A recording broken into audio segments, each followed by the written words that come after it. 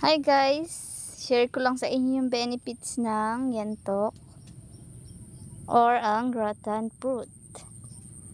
Ang rattan fruit or yantok ay isa sa mga prutas na may mataas na nutrisyon.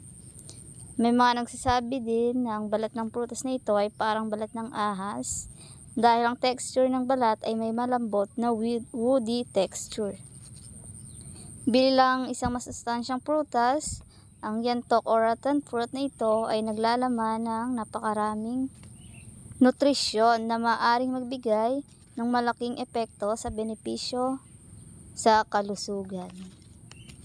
May nagsabi din po ito daw ay mahusay na produktong pampaganda. Diet serving menu, maganda din para sa mata ng mga tao.